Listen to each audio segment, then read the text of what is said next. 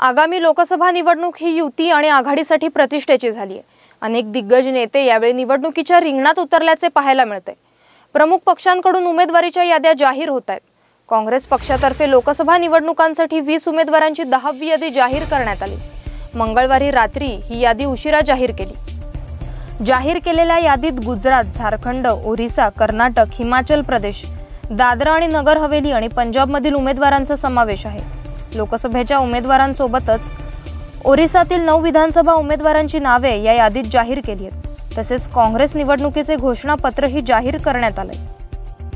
दरम्यान भाजपने गांधीनगर येथून पक्षाचे राष्ट्रीय अध्यक्ष अमित शहा यांना पहिल्यांदाच निवडणुकीच्या रिंगणात उतरवले।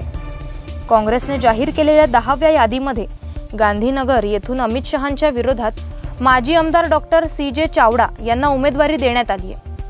प्रतिष्ठेच्या समजल्या जाणाऱ्या या लढतीत कोणाचा निभाव लागणार हे आगामी काळात स्पष्ट होईल।